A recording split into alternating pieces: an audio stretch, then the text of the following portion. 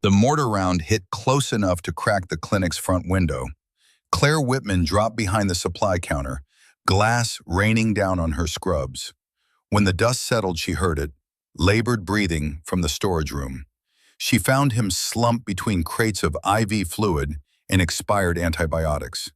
U.S. Army uniform, sniper rifle still strapped to his back, blood soaking through a tourniquet on his thigh. His eyes locked on hers and she saw it, the tattoo on his forearm. The same one from the burn notice she'd seen taped inside Daniel's footlocker. Outside, boots crunched through rubble. Radio static, search teams closing in. The soldier's hand moved to his sidearm, then stopped. "If they find me here," he whispered, "everyone dies."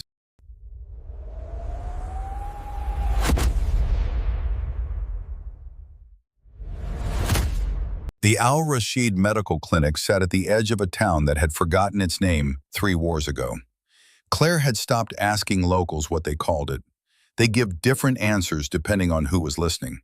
The building itself was cement block and rebar, painted white once, now the color of dust and old smoke. Solar panels on the roof. A generator in back that coughed to life every evening at 6. Inside, 16 beds, 8 occupied. Wounds that told stories Claire had learned not to imagine. She finished changing the dressing on a boy's shrapnel wound and disposed of the bloody gauze in the medical waste bin. The kid was maybe 12. He'd been playing soccer when the IED went off 2 blocks away. Wrong place, wrong time. The shrapnel had missed the femoral artery by less than an inch. He'd be walking again in 6 weeks, if infection didn't set in. If the clinic still had antibiotics by then. If another mortar didn't flatten the building before sunrise. Daniel Hargrove stood by the front desk, reading a printout someone had brought from the regional command. He was 62, built like an old boxer who'd stopped training but never stopped fighting. Gray beard cut military neat, polo shirt and cargo pants. He'd been a combat medic in Iraq during the surge, then stayed overseas doing contract work until his knees gave out. Now he coordinated supply runs for the NGO that kept this place limping along. "Morning brief came in," he said without looking up. "New sweep operation starts tonight." Claire stripped off her gloves and tossed them. "They say what they're looking for this time?" "High-value target. That's all the report says." He folded the paper and tucked it in his pocket. "Means they'll be thorough. Means we keep our heads down and our paperwork clean." She'd heard this speech before. Every 6 weeks, a new operation, new checkpoints, new restrictions. The town would lock down for 3 days, maybe 4. Then whoever they were hunting would be dead or gone, and life would return to its usual slow-motion collapse. "We're low on ketamine," she said, "and the 4th antibiotics are down to maybe a week's supply. Supply convoys coming through Thursday. Maybe." "Daniel." "I know." He met her eyes. "I'm working on it." The generator kicked on outside. The overhead lights flickered, then steadied. One of the patients, a woman with a broken arm from falling rubble, called out for water. Claire grabbed a bottle from the cooler and brought it over. The woman thanked her in Arabic, then asked when the next convoy would come. Claire lied and said, "Soon." When she returned to the front desk, Daniel was staring out the window at the street. A Humvee rolled past, turret gunner scanning rooftops. The town had maybe 2,000 people left. Most of the young men were gone. The ones who stayed kept their hands visible and their eyes down. "You ever think about leaving?" Claire asked. Daniel didn't answer right away. Then, "Every day. But if we leave, who runs the clinic?" "Someone else." "There is no one else." He turned from the window. "You should get some sleep. Night shift starts at 8. Claire wanted to argue, but exhaustion sat on her shoulders like a lead coat. She'd been awake for 16 hours. Her back ached. Her hands smelled like antiseptic and blood. She nodded and headed for the back room where they'd set up cots for the staff. Before she reached the door, Daniel called after her. "Claire," she stopped. "The sweep tonight. Stay inside. Don't open the door unless you know who's knocking." She'd heard that before, too. The rain started at dusk. Not a storm, just the kind of cold drizzle that made everything slick and miserable. Claire stood in the clinic's narrow hallway, watching water leak through a crack in the ceiling into a plastic bucket. Each drop echoed. The patients were quiet tonight. That happens sometimes before an operation. Like animals sensing a predator. Daniel was in the storage room doing inventory. She could hear him muttering as he counted boxes. They were short on almost everything. Bandages, painkillers, sutures. The supply convoy that was supposed to arrive last week had been diverted. No explanation. Just a radio call saying, "Stay put and wait." One of the local staff, a woman named Amira who worked as a translator, poked her head into the hallway. "Miss Claire, there is a man at the back door." Claire frowned. The back door led to an alley that the staff used for deliveries. No one used it after dark. "Did he say what he wants?" Amira shook her head. "He is bleeding. He will not come inside." Claire grabbed a med kit from the supply shelf and followed Amira through the storage room. Daniel looked up from his clipboard as they passed. "Where are you going?" "Someone needs help." Claire, but she was already at the door. She unlocked the bolt and pushed it open. The alley was dark, lit only by a sliver of moon between the clouds. Rain pattered on broken asphalt. At first she didn't see anyone. Then a shape moved near the dumpster. The man was crouched low, one hand pressed to his side.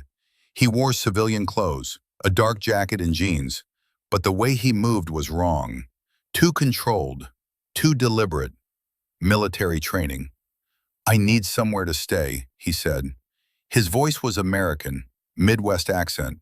"Just for a few hours." Claire took a step forward. "You need a hospital." "Can't." He shifted his weight and grimaced. Blood seeped through his fingers. "They're looking for me." Behind her, Daniel appeared in the doorway. He saw the man and went still. "Jesus Christ." The man looked at Daniel. Recognition flickered in his eyes. "Doc." Daniel's jaw tightened. "Get inside, now." They half carried him through the storage room and into one of the empty examination rooms. Claire shut the door and locked it. The man collapsed onto the table, breathing hard. She cut away his jacket and shirt. The wound was a through-and-through gunshot, entry wound below the ribs, exit wound in his lower back. Whoever shot him had been aiming for center mass and missed by inches. "When did this happen?" Claire asked. 4 hours ago, maybe 5. She irrigated the wound and packed it with gauze. The bleeding was controlled, barely. He'd need surgery to make sure there was no internal damage, but that wasn't happening here. Daniel stood by the door, arms crossed. "What's your name?" The man hesitated. Then, "Garrett, Sergeant First Class." "You got a last name, Sergeant?" "Does it matter?" Daniel's expression didn't change. "You know what's happening out there tonight?" "Yeah. And you came here anyway." Garrett closed his eyes. "Didn't have anywhere else to go." Claire finished dressing the wound and stepped back. "You need IV fluids, antibiotics, and about 6 hours of sleep. Can't stay that long. You'll die if you don't." He opened his eyes and looked at her. "I'll die anyway." Daniel moved closer. His voice dropped.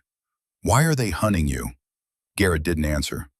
"Garrett, because I saw something I wasn't supposed to see." The room went quiet. Outside, a helicopter passed overhead. The sound faded. Claire looked at Daniel, then back at Garrett. "What did you see?" Garrett's hand moved to the tattoo on his forearm. A skull with crossed rifles. Beneath it, a unit designation Claire didn't recognize. "Something that's going to get a lot of people killed if it comes out," he said. "And something that'll get me killed if it doesn't." They moved Garrett to the storage room after midnight. It was the only place in the clinic with a door that locked from the inside and no windows. Claire set him up on a folding cot between crates of medical supplies. Daniel rigged an IV line and hung a bag of saline from a pipe in the ceiling. Garrett drifted in and out of consciousness, muttering things Claire couldn't make out. She sat on an overturned bucket and watched his breathing. Too shallow, too fast, Signs of shock. She checked his pulse. Thready. He needed a hospital, a real one, with surgeons and blood transfusions and ICU beds. Daniel appeared in the doorway with 2 bottles of water. He handed one to Claire and drank from the other. "He won't make it if we keep him here," Claire said. "He won't make it if we don't." "That doesn't make sense." "It does if you know what he's running from." Daniel sat down on another crate. "That tattoo on his arm, I've seen it before." "Where?" "Baghdad, 2007. Black Ops unit, the kind that doesn't exist on paper." He stared at Garrett's unconscious form.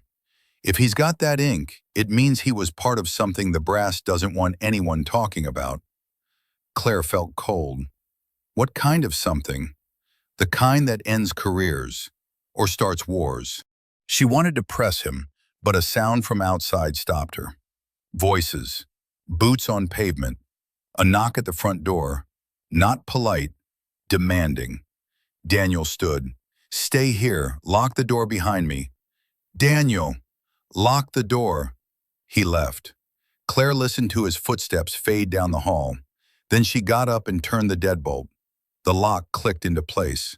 She pressed her ear to the door. Voices, muffled. Daniel's, another man's, American, clipped and authoritative. "Routine inspection. We're looking for someone." "I run a medical clinic. I'm not harboring fugitives." "Then you won't mind if we take a look around?" Claire's pulse hammered. She turned back to Garrett. His eyes were open now. He was staring at the ceiling. "How many?" he whispered. "I don't know. If they search this room, we're both dead." "They won't." "They will." He tried to sit up and winced. "Help me." "You can't move." "I can. I have to." Claire hesitated. Then she unhooked the IV and helped him to his feet. He swayed, gripping the edge of the cot. His wound had started bleeding again. She grabbed fresh gauze and pressed it against his side. "Where do you think you're going?" "There's a crawl space above the ceiling tiles. I saw it when you brought me in." Claire looked up. The ceiling was acoustic tile on a cheap metal grid. Old. Probably wouldn't hold much weight. "That won't support you." "Doesn't have to. Just needs to keep me out of sight." He took a step toward the shelving unit against the wall. "Help me up." She wanted to argue, but the voices in the hallway were getting closer. She dragged a crate over and climbed onto it. Garrett followed, moving like every step cost him. She pushed up one of the ceiling tiles and peered into the dark space above. Dust. Insulation. Exposed beams. "Go," Garrett said. She grabbed one of the beams and pulled herself up. The space was barely 3 feet high. She turned and reached down for Garrett. He gripped her hand and pulled. His weight nearly dragged her back down, but she braced herself against a beam and hauled him up. He collapsed onto the insulation, breathing hard. Claire replaced the ceiling tile just as the door handle rattled. "Dr. Hargrove, open the door." Daniel's voice, calm. "It's a storage room, medical supplies. I can unlock it if you want, but there's nothing in there." "Open it." The deadbolt clicked. The door swung open. Claire held her breath. Through the gap between tiles, she could see 3 men in tactical gear, American uniforms. One of them swept the room with a flashlight. The beam played across the crates, the empty cot, the IV stand. "Looks clear," one of them said. "Check the back corner." Boots moved closer. The flashlight beam angled up, illuminating the ceiling. Claire pressed herself flat against a beam. Beside her, Garrett didn't move, didn't breathe. The soldier stood directly beneath them. The ceiling tile creaked. "Sir, this tile's loose." Claire's heart stopped. Then Daniel's voice, closer now. "Whole building's falling apart. I've got a list of repairs a mile long if you want to see it." A pause. Then, "Let's move. He's not here." The boots retreated. The door closed. Claire waited, counting seconds. 1 minute, 2. Then Daniel's voice, barely audible. "They're gone. Stay up there until I come back." Footsteps faded. Claire exhaled. Beside her, Garrett's eyes were closed. Blood seeped through the gauze pressed against his side, soaking into the insulation. They waited in the crawl space for 20 minutes. Claire could hear the search team moving through the clinic, doors opening, furniture scraping, voices asking questions. Amira's voice, calm and cooperative, answering in accented English. The patients, confused and frightened. One of them started crying. A child. Garrett's breathing had gone ragged. Claire pressed her hand against his wound, trying to slow the bleeding.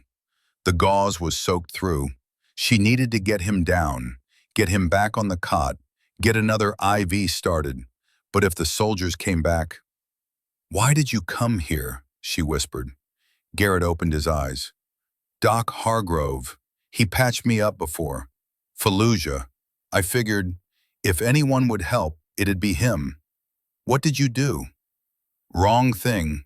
Right reasons." He coughed. Blood flecked his lips. "You ever hear about a village called Kara?" Claire shook her head. "Good. Means the cover-up worked." He shifted, wincing. 6 months ago, joint op, U.S. forces and local militia. Intel said insurgents were holed up there.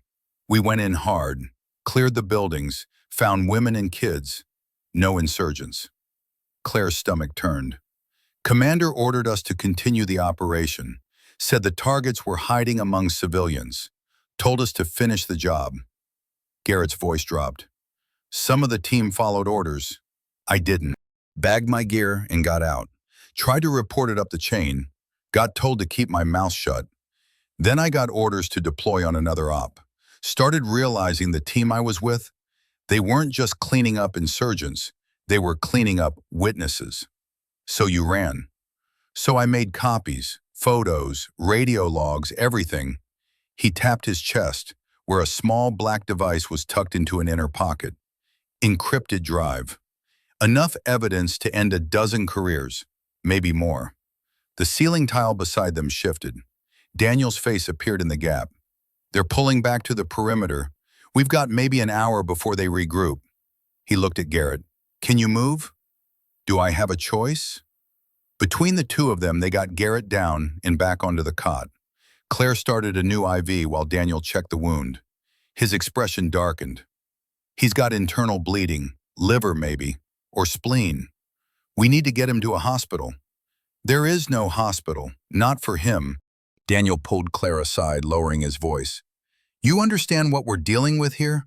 He's not just AWOL. He's a target. If they find him, they'll kill him. And they'll kill anyone who helped him. So what do? We keep him alive until we figure out a way to move him. Daniel glanced back at Garrett.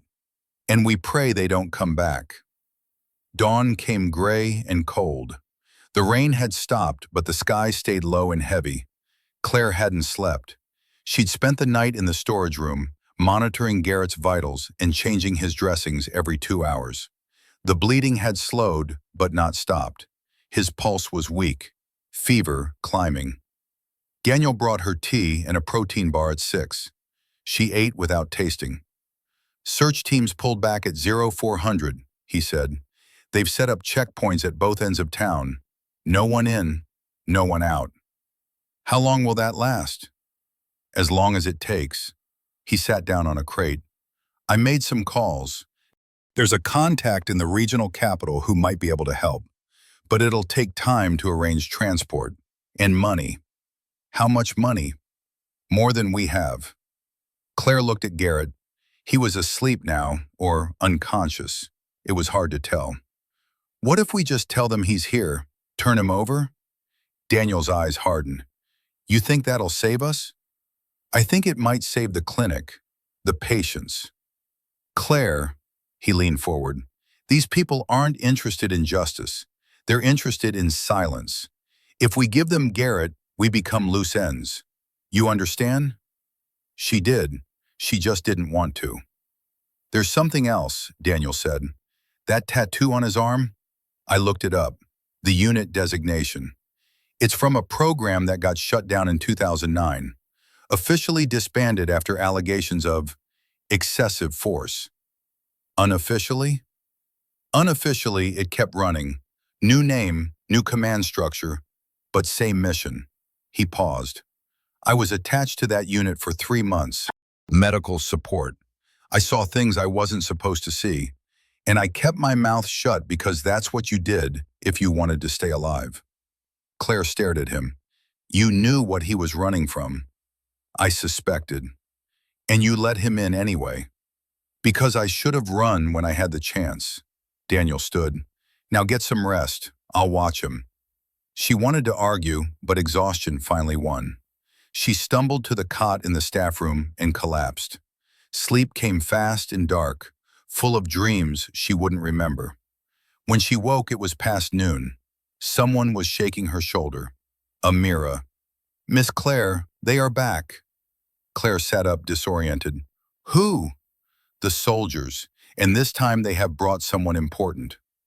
The man waiting in the clinic's front room wore a clean uniform with a captain's insignia. He was maybe 40, with a kind of face that looked friendly until you noticed the eyes. Cold, calculating. He stood with his hands behind his back, surveying the clinic like he was inspecting a barracks. Daniel was already there, arms crossed. Claire joined him. The captain's gaze shifted to her. Dr. Whitman, I've heard about your work here. Impressive. We do what we can. I'm sure you do. He smiled. It didn't reach his eyes. I'm Captain Brooks. I'm coordinating the search operation in this sector. We already cooperated with your team last night, Daniel said. And I appreciate that, but I wanted to speak with you personally. Brooks pulled a folded photo from his pocket and held it up. It showed Garrett in full combat gear, standing beside a Humvee. Have you seen this man? Claire forced herself to look at the photo. No. You're certain? I'd remember. Brooks studied her for a long moment. Then he turned to Daniel. And you, Dr. Hargrove? Daniel didn't hesitate. Never seen him. Interesting. Brooks pocketed the photo. Because we have intel suggesting he's in this area, and we have reason to believe he might seek help at a medical facility. There are 3 clinics in this town, Daniel said. You might want to check the others. We have. Brooks walked slowly around the room, hands still behind his back. Tell me, Dr. Hargrove, how long have you been running this clinic? 2 years. And before that? Contract work, Iraq, Afghanistan. You served with distinction, I understand. Combat Medic Badge, Bronze Star. Brooks stopped walking. You were also attached to a Special Operations Unit in Fallujah, 2007. Daniel's expression didn't change. That's classified. Not to me. Brooks stepped closer. So you understand the kind of work we do, the necessity of it. I understand you're looking for someone. We're looking for a traitor. Brooks's voice went flat. A soldier who stole classified intelligence and disappeared. A man who, if not stopped, will cause irreparable damage to ongoing operations. Sounds serious. It is, which is why there's a shoot-on-sight order. No arrest, no trial, just a bullet. Brooks let that hang in the air. If anyone is harboring this man, they're aiding an enemy combatant. That makes them enemy combatants too. You understand what I'm saying? Daniel met his gaze. I understand you're making threats. I'm making the situation clear. Brooks turned to leave, then paused. We'll be maintaining checkpoints for the next 72 hours. After that, if our target hasn't been found, we'll assume he's no longer in the area, and life can return to normal. He looked back at Claire. For everyone. He left. 2 of his soldiers followed. The clinic door closed. Claire waited until they were gone. He knows. He suspects. What's the difference? Daniel walked to the window and watched the soldiers load into their vehicles. The difference is proof. He can't search the clinic again without a reason, and he can't execute everyone in town on a hunch. So what do? We keep Garrett hidden, and we hope to God my contact comes through with that transport. That night, Claire sat with Garrett in the storage room, while Daniel coordinated with his contact over a satellite phone. Garrett was awake, but weak. The fever had broken, but the internal bleeding was still a problem. He needed surgery. Days ago. "You should have left me in that alley," he said. Claire adjusted his IV. "Probably. Why didn't you?" "Because that's not what I do." Garrett managed a faint smile. "Even when it gets you killed? I'm not dead yet. Give it time." He closed his eyes. "You know what the worst part is? I thought I was doing the right thing. Taking those photos, documenting what happened. I thought if people knew, it would matter. But it doesn't. They'll bury the evidence, bury me, and nothing will change." "Maybe," Claire said. "Or maybe you get those files to someone who can actually do something with them." "Like who? The press? They'll call it propaganda. Congress? Half of them signed off on the operation. The UN?" He laughed, bitter. "The whole system's rigged to protect itself." "So you give up?" "I'm dying in a storage room in a bombed-out town. I gave up 3 days ago." Claire looked at him. "Then why are you still fighting?" Garrett didn't answer for a long time. When he did, his voice was quiet. "Because if I stop, they win. And I can't let them win." Daniel appeared in the doorway. His face was grim. "We've got a problem." Claire stood. "What kind of problem?" "My contact says transport's arranged, but the pickup point is 2 miles outside town, past the checkpoints." "How are we supposed to get there?" "We're not. Garrett is." Daniel looked at the wounded soldier. "Can you walk?" Garrett pushed himself up on his elbows. "If I have to." "You'll have to.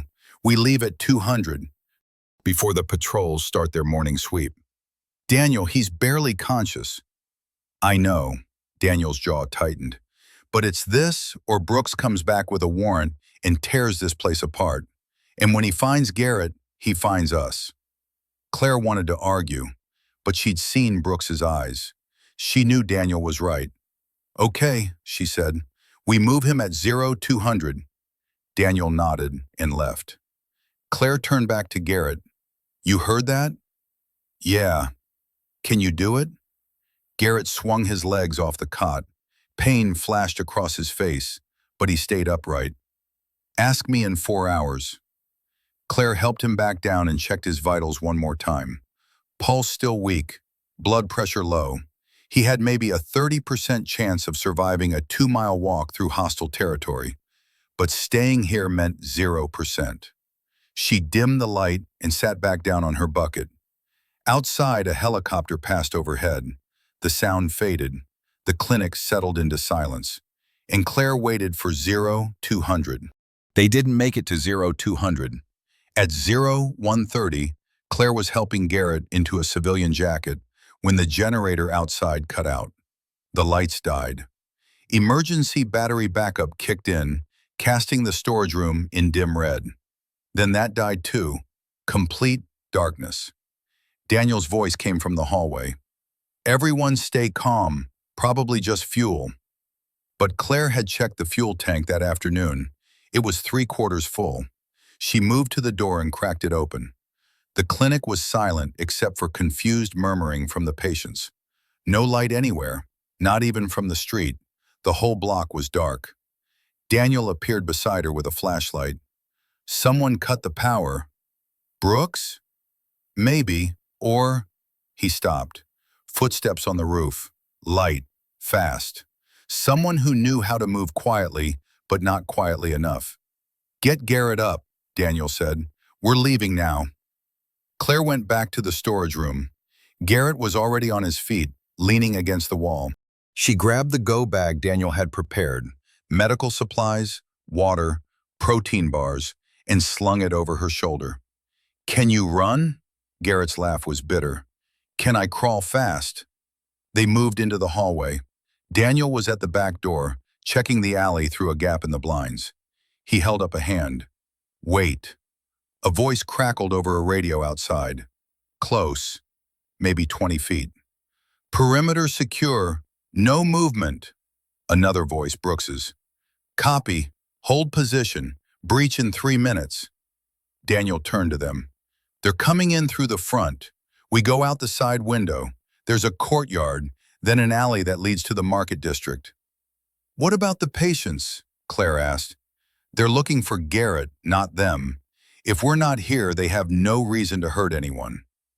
Claire wanted to believe that. She didn't. They moved through the examination room to a narrow window that faced the courtyard. Daniel jimmied it open. Cold air rushed in. He went first, dropping into a crouch. Claire helped Garrett through. The wound in his side had started bleeding again. She could feel it soaking through his jacket. As soon as Garrett's feet hit the ground, his legs buckled. Claire caught him. Daniel grabbed his other arm. Move! Now! They half carried him across the courtyard. Behind them, the sound of splintering wood. Shouts. Boots pounding through the clinic. A woman screaming, one of the patients. They reached the alley and kept moving.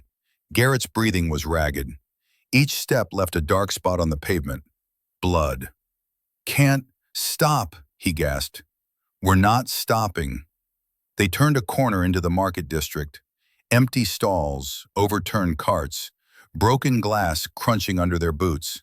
In the distance, a vehicle engine roared to life. Searchlights swept across rooftops. Daniel pulled them into a doorway.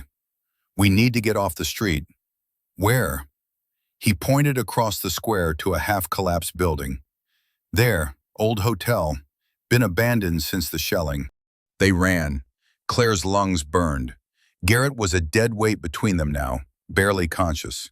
They reached the hotel and pushed to a door hanging off its hinges.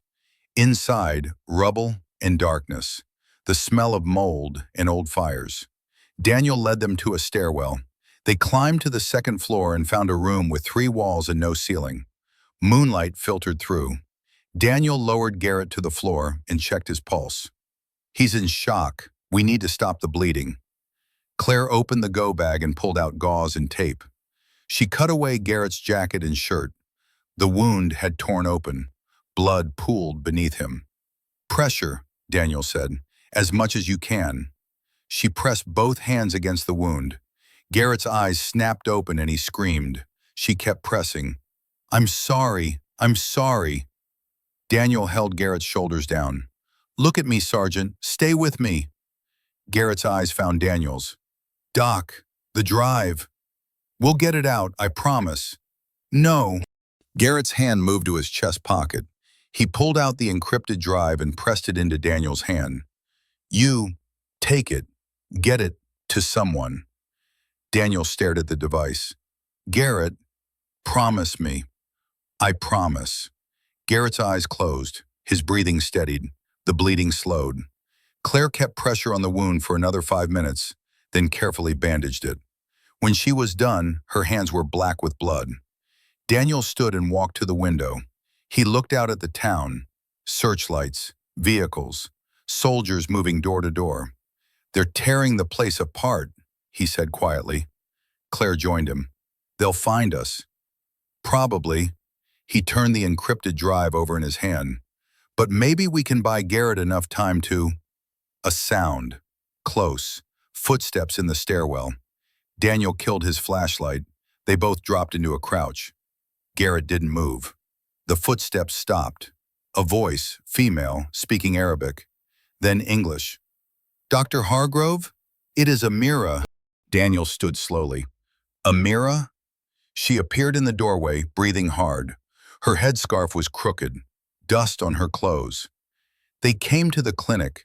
They questioned everyone. She stopped, seeing Garrett. Is he alive? Barely, Claire said. What are you doing here? I followed you.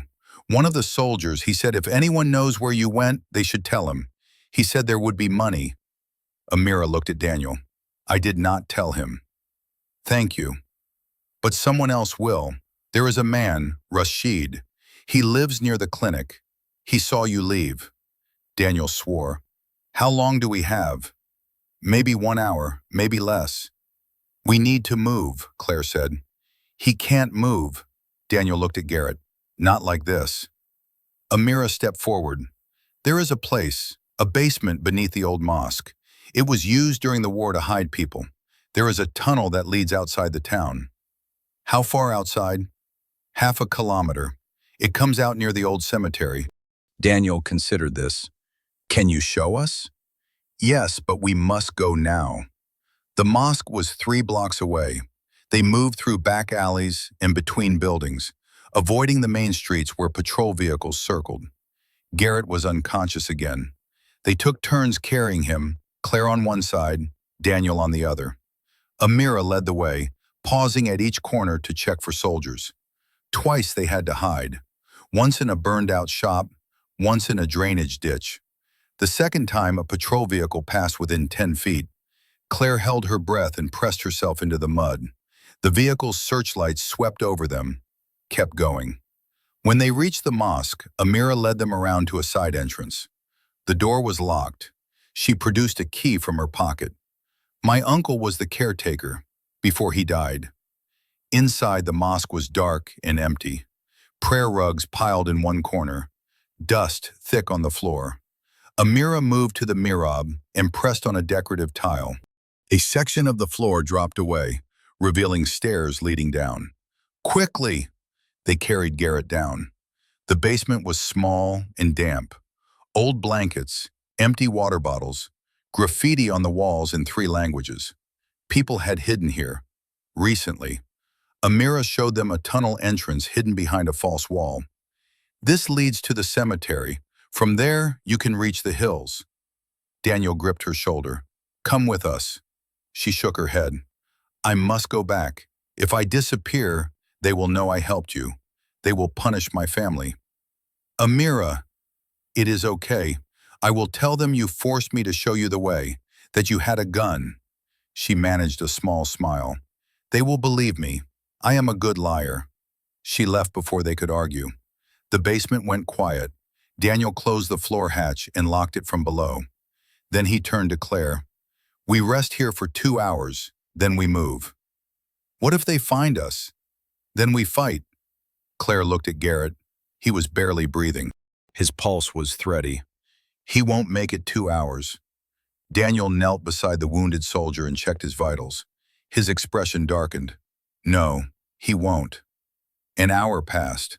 Garrett's condition deteriorated. His skin was cold, pulse barely palpable. Claire did what she could, elevated his legs, kept him warm, monitored his breathing. But without a hospital, without surgery, he was dying. Daniel sat against the wall, holding the encrypted drive. He'd been staring at it for 20 minutes. What's on there? Claire asked. Proof, photos, audio recordings, enough to put a dozen officers in prison. He turned it over, or enough to get us killed. You think Brooks knows about it? I think Brooks is probably in the files. That's why he's so determined to find Garrett. Claire processed this. If we give it to him, he kills us anyway. We're witnesses, loose ends. So we run. And then what? Spend the rest of our lives looking over our shoulders? Daniel looked at her. There's another option. What? We get this to someone who can use it. Journalist, congressman, someone who can make it public. How? We're trapped in a basement in a war zone. My contact, the one who was supposed to arrange transport for Garrett, he has connections, media contacts. If we can get to him, a sound above them, footsteps, multiple people, voices. Daniel killed his flashlight. They sat in darkness, listening. The voices were speaking Arabic, searching. One of them was Rashid, the man Amira had warned them about. He was telling the soldiers he'd seen people enter the mosque. Check everywhere. They're here somewhere. Daniel moved to the tunnel entrance. We have to go, now. What about Garrett? We carry him. They lifted Garrett between them and entered the tunnel. It was narrow, barely wide enough for 2 people side by side. The ceiling was low, forcing them to hunch. Water dripped from somewhere. The air smelled like earth and rot. Behind them, the sound of the basement hatch being forced open. Move faster, Daniel said. They stumbled through the tunnel. Claire's back screamed. Her arms burned. Garrett's head lolled against her shoulder. Behind them, flashlight beams swept the tunnel entrance. They're in the tunnel! Go! Go! Boots pounding, radio chatter. Claire's foot caught on something and she nearly fell. Daniel grabbed her arm and pulled her forward. They rounded a corner. The tunnel forked. Daniel hesitated. Left or right? Claire didn't know. She picked left. They ran. The tunnel narrowed further. Claire's shoulders scraped the walls. Garrett's weight was impossible now. She couldn't breathe, couldn't think. Light ahead. Moonlight. The exit. They burst out into the cemetery. Old graves, broken headstones. Beyond, the hills rose dark against the sky. Daniel pulled Garrett toward the nearest cover, a mausoleum with a collapsed roof. They dragged him inside and lowered him to the ground. Claire checked his pulse. Nothing. She tried again. Still nothing. Daniel. I know. They both sat there, breathing hard, staring at Garrett's body. Behind them, voices in the tunnel, getting closer. Daniel stood. We have to go. We can't just leave him. He's dead, Claire. We stay here, we're dead too. He grabbed her arm. Move. They ran into the hills. They found cover in a dry riverbed half a mile from the cemetery. Dawn was breaking. Claire's clothes were soaked with sweat and blood. Her hands shook. She kept seeing Garrett's face, the moment his pulse stopped. Daniel sat beside her, catching his breath. He still had the encrypted drive. He pulled out his satellite phone and powered it on. Who are you calling? My contact. Name's Marcus Webb. Used to be a journalist.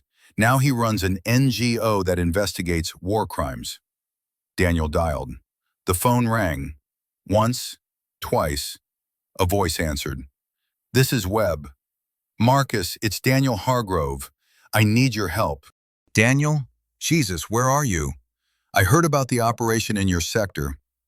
I'm in the hills outside Al Rashid, and I have something you need to see. A pause. What kind of something? Evidence, documented proof of a massacre.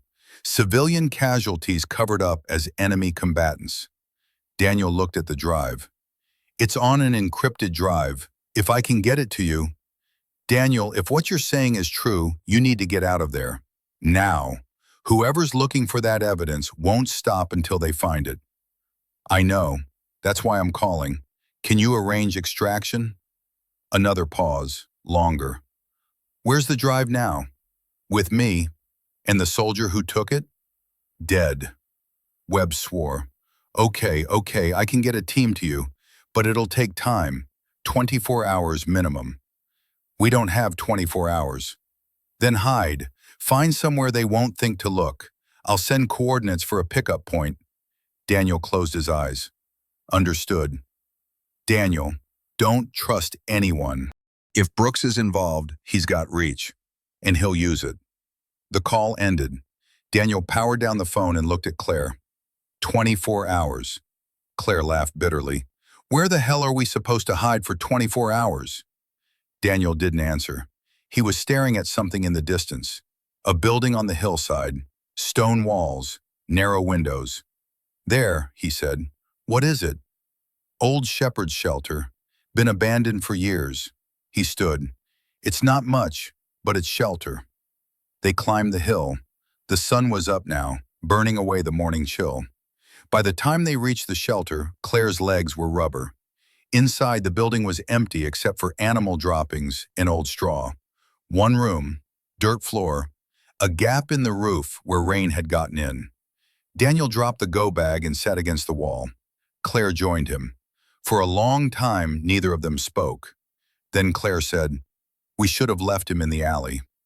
Maybe. He'd still be alive. No, he'd be dead. Just faster. Daniel looked at her. You did everything you could. It wasn't enough. It never is. Claire wiped her face. Her hand came away dirty. What happens if we don't make it 24 hours? Then Brooks gets the drive, and everything Garrett died for means nothing. And if we do make it, then maybe we expose what happened at Kara. Maybe some officers lose their careers. Maybe nothing changes. Daniel pulled out the encrypted drive and stared at it. But at least Garrett's death means something. Claire wanted to believe that. She really did. They slept in shifts. Daniel took first watch. Claire closed her eyes and immediately dreamed of Garrett's face. His eyes. The moment his pulse stopped. She woke gasping. The sun was high now, afternoon. Daniel was at the window, watching the valley below through a gap in the stones. How long was I out? 3 hours. Claire sat up. Her body ached everywhere. Any movement? Patrol vehicles on the main road, but they haven't come up the hills yet. He turned to her. We need to talk. About what? About what happens when Webb's team gets here. We give them the drive. We get extracted. Claire, Daniel's voice was quiet. I need to tell you something. About Kara. She went still. I was there, he continued. Not during the massacre, but after. They brought the wounded to a field hospital. Both sides. Coalition forces and the others. He paused. There were kids, civilians, shot at close range. And the commander, Colonel Hastings, he told me to list them as enemy combatants. Falsify the records. Did you? Silence. Daniel, did you? I was a medic. I had orders. If I refused, he looked away. I told myself it didn't matter. The people were already dead. What difference did paperwork make? Claire felt something cold settle in her chest. You lied. I followed orders. That's the same thing. Is it? Daniel's voice rose. You think you would have done differently? You think you would have thrown away your career, maybe your life, for people who were already gone? I don't know, but I'd like to think I would have tried. Daniel laughed bitterly. That's the difference between you and me. You still think trying matters. It does. Garrett tried. Look where it got him. Claire stood. So what are you saying? That we just give up? Hand over the drive and walk away? I'm saying we need to be realistic. Webb's team might not make it. Brooks might find us first. And if that happens, we need a plan. What kind of plan? Daniel pulled something from his pocket, a small handgun. He set it on the ground between them. If they find us, if there's no way out, we don't let them take us alive. Claire stared at the gun. You can't be serious. You know what they'll do if they catch us. They'll interrogate us, torture us, and then they'll kill us anyway. His voice was flat. I'm not going through that again. Again? Daniel didn't elaborate.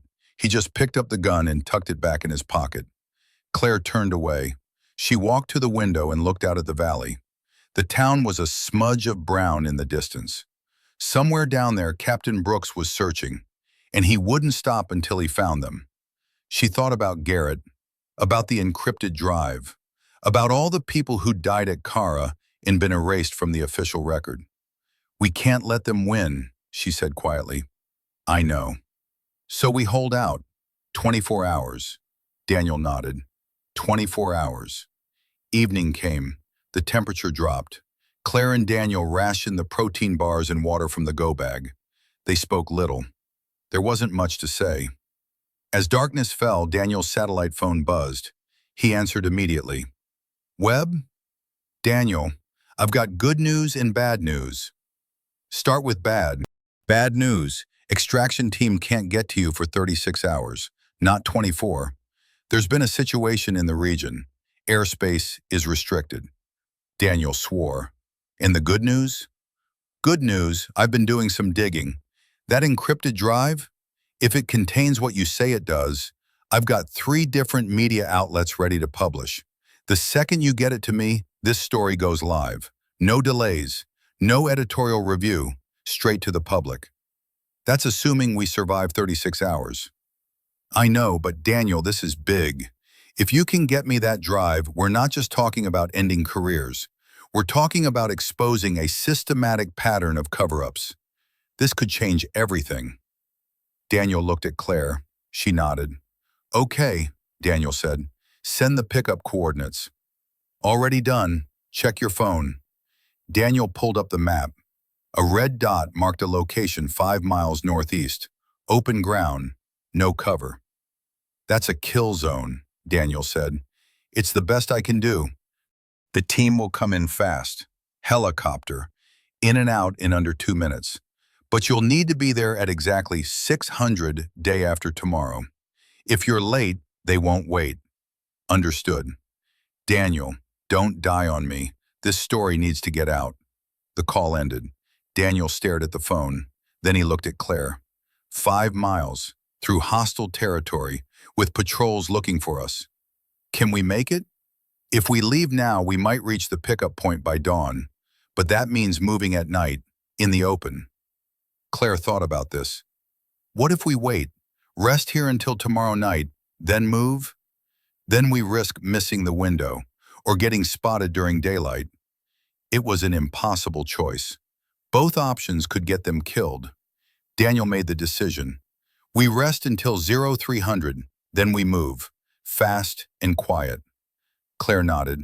Okay. They settled in to wait. Claire tried to sleep but couldn't. Every sound outside, wind, animals, distant vehicles, made her pulse spike. She kept thinking about the gun in Daniel's pocket, about his words, "We don't let them take us alive." At midnight, Daniel's phone buzzed again. He checked it. His face went pale. "What?" Claire asked. He turned the phone so she could see. A text message. Unlisted number. Dr. Hargrove. I know you have the drive. I know what's on it. And I know you're planning to give it to Marcus Webb. Don't. If you do, everyone in that clinic dies. Every patient. Every staff member, including Amira. You have 12 hours to bring me the drive. Come alone to the clinic. If I see anyone else, they all die. Brooks. Claire felt her stomach drop. He's bluffing. Is he? Daniel stared at the message. He's already torn the town apart looking for us. You think he won't kill a dozen civilians if it means keeping this quiet? So what do we do? Daniel was quiet for a long time. Then he stood and walked to the window. When he spoke, his voice was cold. I go back. I give him the drive. And you go to the pickup point. Daniel, it's the only way. If I give him what he wants, he has no reason to hurt anyone. You know that's not true. He'll kill you the second you hand it over. Probably. Daniel turned to face her. But at least the clinic will be safe. And what about exposing Kara? What about Garrett? Garrett's dead, Claire. And the people in that clinic are still alive. That has to matter more. Claire wanted to argue, but she thought about Amira, about the patients, about the woman with the broken arm who'd asked when the next convoy was coming. There has to be another way, she said. Daniel didn't answer. He just pulled out the encrypted drive and looked at it, and Claire realized he'd already made his decision. They argued for an hour.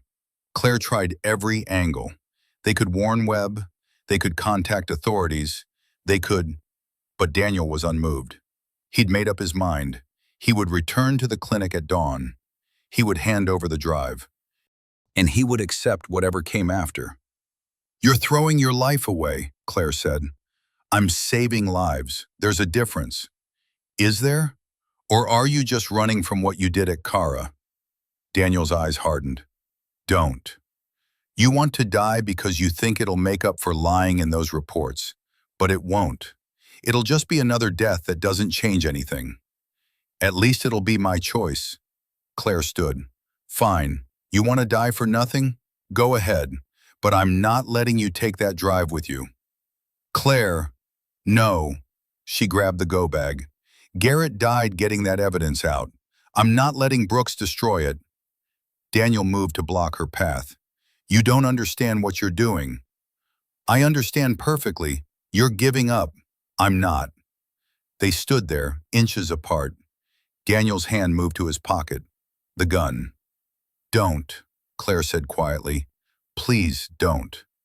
For a moment she thought he would draw it. Then his hand dropped. If you take that drive, Brooks will kill everyone in the clinic. He's going to kill them anyway. You know that. Daniel's shoulders sagged. He looked older suddenly, tired. So what's your plan? I go to the pickup point. I give the drive to Webb's team. The story goes public. She paused. And maybe when it does, Brooks has to answer for what he did. Maybe there's enough pressure that he can't just execute civilians without consequences. That's not a plan. That's a prayer. It's better than surrendering. Daniel was quiet. Then he pulled out his satellite phone and handed it to her. Webb's contact information is in there. Pickup coordinates too.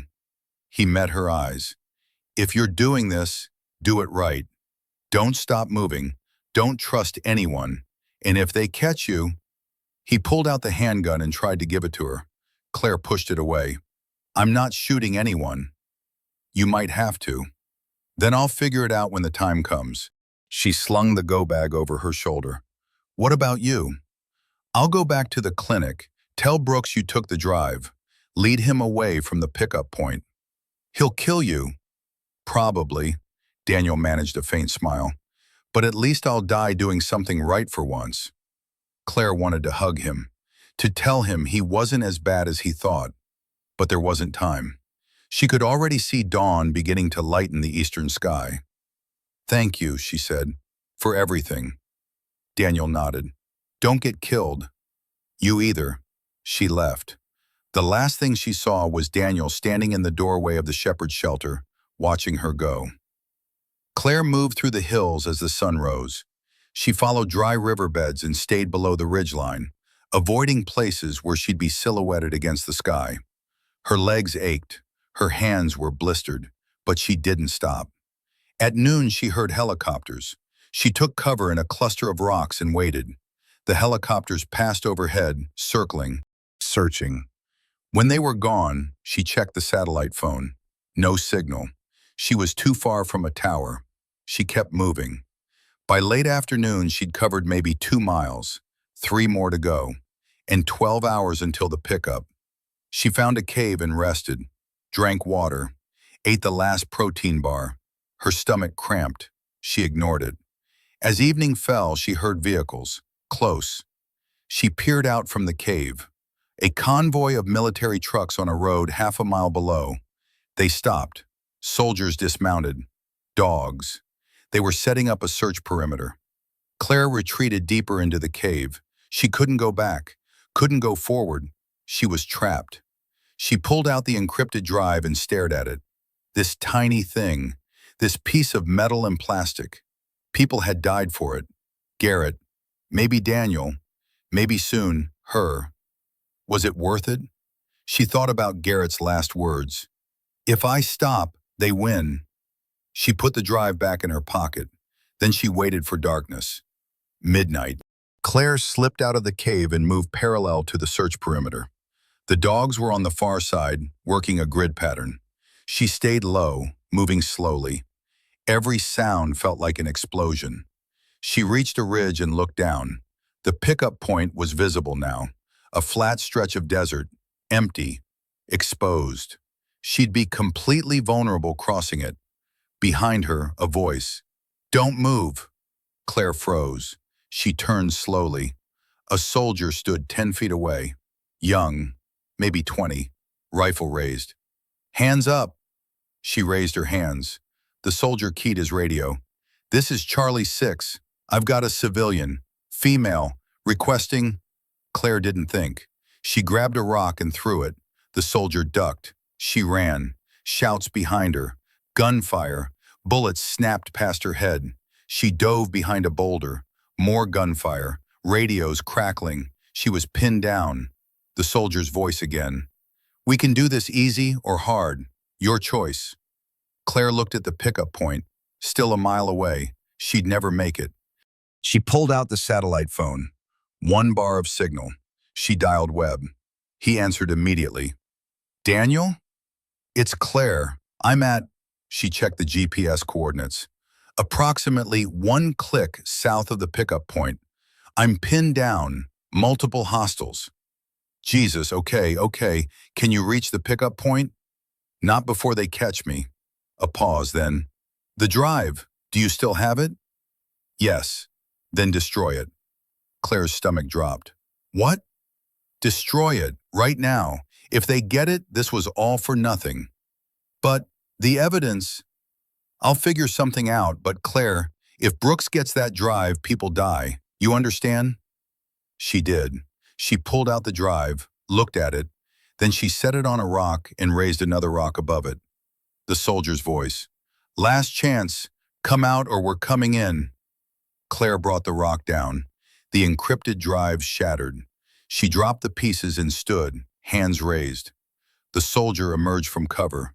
Two more soldiers appeared behind him. On your knees. She knelt. The soldier approached and kicked away the broken drive. He picked up a piece and examined it. What was this? Nothing, Claire said. It doesn't matter now. The soldier keyed his radio. Charlie 6 to command. We've got her. Target is secure, but she destroyed the package. A pause. Then Brooks's voice, cold with rage. Bring her in. They brought Claire to a compound on the edge of town. Razor wire, guard towers, temporary structures that looked permanent. She was processed, searched, photographed, fingerprinted, without a word. Then locked in a shipping container that had been converted into a cell. Metal walls, a cot, a bucket, one bulb hanging from the ceiling. She sat on the cot and waited. An hour passed, maybe two. The bulb flickered. She heard voices outside, boots on gravel. Then the door opened. Captain Brooks stepped inside. He looked exactly as he had at the clinic. Clean uniform, cold eyes. Behind him, two soldiers stood guard. Dr. Whitman, I'm disappointed. Claire didn't respond. Brooks pulled over a folding chair and sat. You destroyed classified intelligence. That's a federal crime. You aided a wanted fugitive. That's another crime. And you fled a lawful search operation. That makes 3. He leaned forward. You're looking at 20 years minimum, probably more. I'm a civilian. I'm not subject to military law. In a combat zone, everyone's subject to military law, especially when national security is involved. Brooks smiled. It didn't reach his eyes. But I'm willing to make a deal. What kind of deal? You tell me what was on that drive, everything you know, and I'll make sure you're processed out of here quietly. No charges, no trial. You go home. And if I don't? Brooks's smile faded.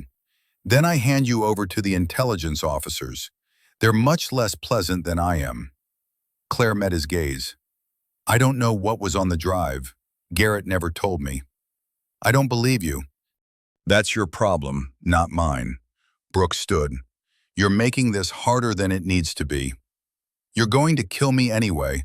Why would I make it easier? He paused at the door. I'm not a monster, Dr. Whitman. I'm a soldier doing my job. If you cooperate, I can protect you. If you don't, he shrugged. Well, accidents happen in war zones. He left, the door locked behind him. Claire sat in the silence and tried not to think about what came next. They left her alone for 6 hours. No food, no water. The bulb stayed on, making sleep impossible. She paced the container, 8 steps one way, 8 steps back. Her mind kept returning to Daniel. Had he made it back to the clinic? Was he still alive? And Webb? Did he believe her when she said the drive was destroyed? Or did he think she was captured with it intact? The door opened again. This time it wasn't Brooks. It was a man in civilian clothes, 40s, glasses. He carried a laptop. Dr. Whitman, my name is Patterson. I'm with Army CID, Criminal Investigation Division. He set the laptop on the cot and opened it. I need to ask you some questions. I want a lawyer. You're not entitled to one. Not here. Not now. Patterson pulled up a file on the screen. But I can help you, if you cooperate. Claire said nothing. Patterson turned the laptop toward her. On the screen was a photograph of the clinic, smoke rising from the roof. This was taken 4 hours ago. Captain Brooks received intelligence that insurgents were using the clinic as a staging area. He ordered an airstrike.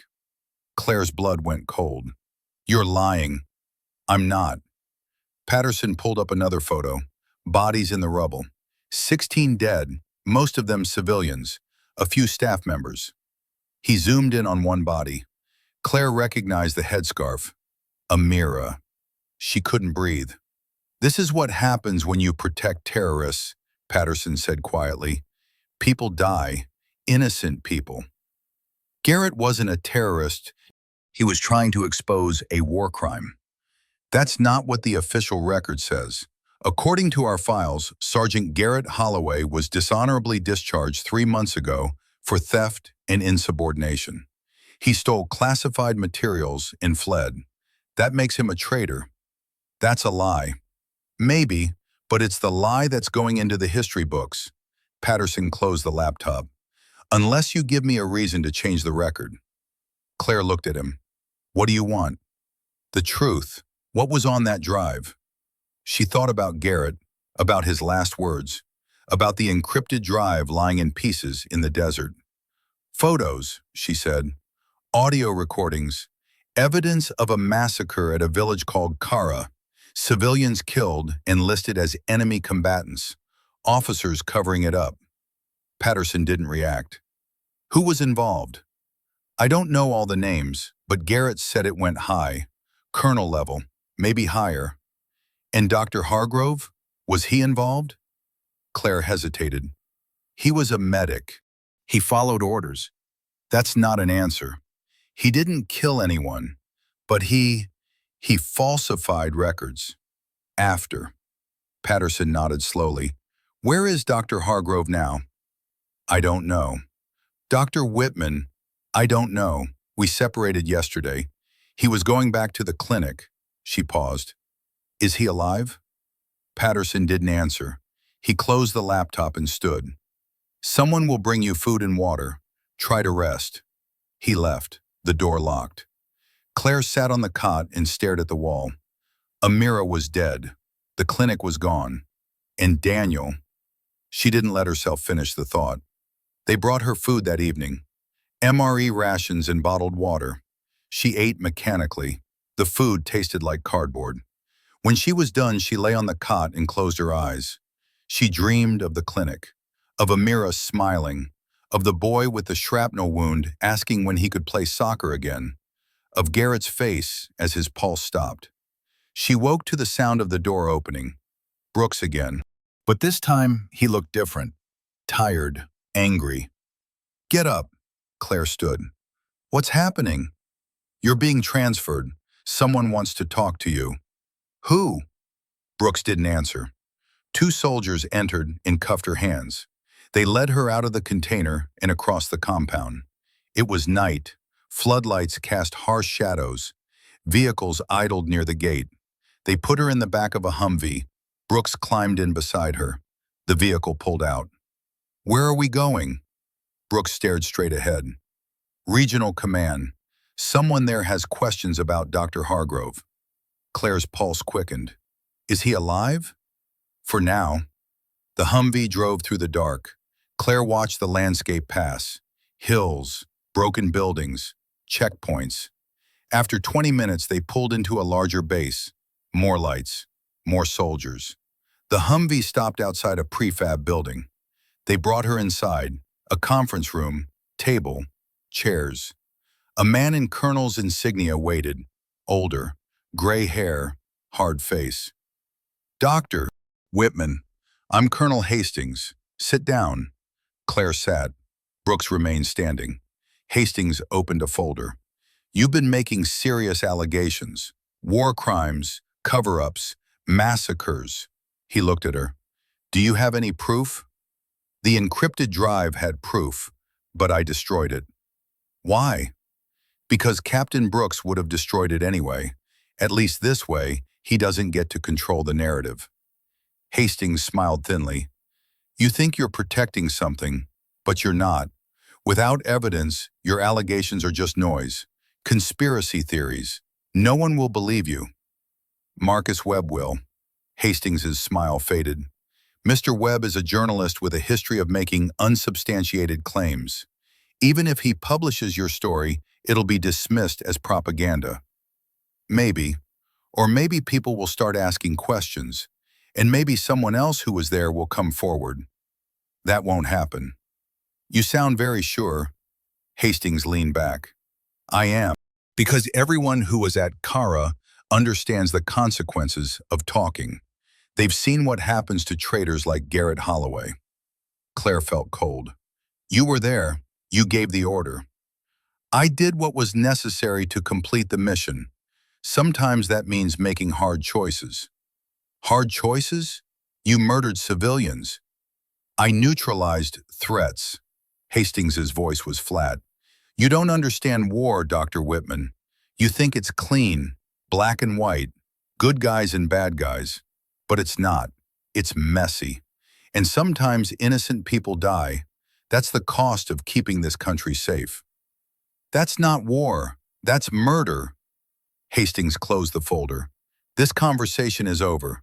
Captain Brooks, take her back to holding. Brooks moved toward Claire, but before he could reach her, the door opened. Patterson entered, holding a tablet. Colonel, we have a problem. Hastings frowned. What kind of problem? Patterson set the tablet on the table. On the screen was a news article. The headline read, Leaked documents reveal U.S. military cover-up of civilian massacre. Below it, photos. The same photos that had been on Garrett's encrypted drive. Hastings went pale. How? Someone uploaded them. 20 minutes ago, it's already spreading. CNN, BBC, Al Jazeera. Patterson scrolled through the article. They have everything. Photos, audio recordings, witness statements. It's all verified. Brooks grabbed the tablet. His hands shook. This is impossible. She destroyed the drive. Claire felt something shift in her chest. I destroyed a drive. But Garrett was smart. He made backups. Hastings stood. That's a lie. Is it? Then explain the photos. Claire met his eyes. Garrett knew he might not survive, so he uploaded copies to a dead drop server. Timed release. If he didn't check in every 72 hours, the files would automatically go public. She paused. It's been 4 days since he died. The room went silent. Then Hastings turned to Brooks. Find out who leaked this. I want names, I want arrests, and I want this story killed. Sir, it's already... I don't care. Make it happen. Brooks hesitated, then he left. Patterson followed. Hastings stared at Claire. You're lying. Garrett didn't have time to set up a dead drop. Maybe, or maybe you're about to find out. Claire leaned forward. Either way, the story's out there now, and everyone's going to be asking questions. About Kara, about you, about how far this cover-up goes. Hastings's jaw tightened. You've made a terrible mistake. No, you made the mistake. At Kara, I'm just making sure the world knows about it. They put Claire back in the shipping container, but this time, she wasn't alone. An hour later, the door opened, and they shoved someone else inside. Daniel. He looked worse than she'd ever seen him. Bruised face, split lip. His hands were cuffed. He collapsed on the floor and didn't move. Claire knelt beside him. Daniel, can you hear me? He opened one eye. Hey, what did they do to you? Asked questions. Didn't like my answers. He coughed, blood on his lips. You? Same. But Daniel, the story went public. Garrett's files, they're everywhere. Daniel managed a faint smile. Good.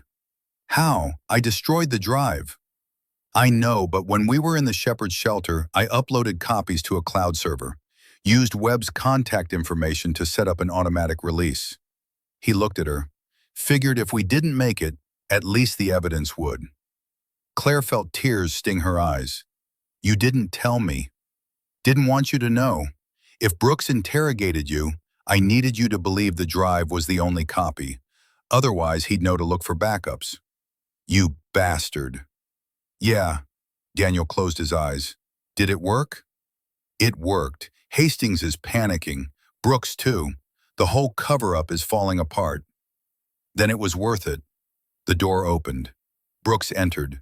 He looked at Daniel, then at Claire. His expression was unreadable. You're both being released. Claire blinked. What? New orders from Washington. With the story public, holding you is politically complicated. You'll be flown to the embassy and processed out of the country. He paused. Consider yourselves lucky. Lucky? Daniel laughed, bitter. 16 people died at that clinic. That was insurgent activity, not us. You're a liar. Brooks's hand moved to his sidearm. For a moment, Claire thought he would draw it. Then he stepped back. Transport leaves in 1 hour. Be ready. He left. Claire and Daniel sat in silence. Do you believe him? Claire asked. About releasing us? No. Daniel struggled to sit up. They're not letting us leave. Not alive. Too many loose ends. So what do? We run. Soon as we get a chance. Claire looked at his injuries. Can you run? I'll have to. The transport was a cargo plane. Bare metal interior. Web seating. Claire and Daniel were the only passengers. 2 soldiers guarded the rear hatch. Brooks stood near the cockpit speaking into a radio. The plane taxied. The engines roared. They lifted off. Claire leaned close to Daniel. When? When we're over water. They'll open the hatch, make it look like an accident. How do you know? Because that's what I do. They flew for 30 minutes. Claire watched the landscape below, desert giving way to coastline. The sun was rising. Brooks finished his radio conversation and walked back to them. 15 minutes to the embassy. Daniel looked at him. You're not taking us to the embassy. Brooks smiled. No, I'm not. He pulled his sidearm, aimed it at Daniel's chest. Stand up. Daniel stood. Brooks gestured to the rear hatch. Walk. Daniel walked. Claire started to follow. Brooks stopped her. Just him. No. Stay here or I shoot you both now. Claire stayed. Daniel reached the hatch. One of the soldiers opened it. Wind roared into the cabin. Daniel looked back at Claire. He mouthed something. She couldn't hear over the engines. Then he jumped. Claire screamed. Brooks grabbed her arm. Easy, he's a soldier. He knows how to fall. You killed him. Maybe, maybe not. Either way, it's done. Brooks holstered his weapon. Now it's your turn. Claire pulled away. I'm not jumping. Then I'll shoot you and throw you out anyway. Do it. At least then there'll be a bullet. Evidence. Brooks considered this. Then he smiled. You're smarter than I thought. He turned to the soldiers. New plan. We land at a secondary site. Dispose of her there. The plane banked. Turned. Claire's mind raced. She looked at the open hatch, at the ocean below, at the soldiers. Then she ran. She didn't think, just moved, sprinted toward the hatch. Brooks shouted. The soldiers reached for her. She dove. The wind caught her. She tumbled. Sky, ocean, sky. The water rushed up. She hit hard. The impact knocked the air from her lungs. Cold, dark. She couldn't breathe, couldn't think. She kicked, broke the surface, gasped. The plane circled above, then flew away. Claire floated. Waves lifted her. She was alone in the ocean. No land in sight. She started swimming. Claire swam for what felt like hours. Her arms burned. Her legs cramped. The sun climbed. She couldn't feel her hands. Then she saw it. A shape in the distance. A boat. She swam harder. The boat grew closer. Fishing vessel. Rusted hull. Men on deck. They saw her. Threw a rope. Pulled her aboard. One of them spoke English. What happened? Claire couldn't answer. She just lay on the deck and breathed. They brought her below, gave her blankets, hot tea. She told them she'd fallen from a plane. They didn't ask questions. The boat docked at a port that evening. Claire stumbled off and found a phone. She called Webb. It's Claire. I'm alive. Jesus, where are you? I don't know, somewhere on the coast. She stopped. Daniel, is he? He's alive. Local fishermen found him this morning. He's in a hospital. Stable. Claire felt her legs give out. She sat on the ground. Thank God. Claire, the story's everywhere. Hastings is being questioned. Brooks, too. There are calls for investigations, congressional hearings. This is big. Good. Where are you? I'll send someone. No, I'm coming to you. Where are you? Webb gave her an address. 300 miles north. She hung up and started walking. It took Claire 3 days to reach Webb. She hitchhiked, rode buses, walked when she had no money. She slept in cheap hotels and ate from street vendors. She didn't contact anyone, didn't use her real name. When she finally reached Webb's office, she looked like a refugee. Dirty clothes, hollow eyes. He opened the door and stared. "Claire?" She nodded. He pulled her inside.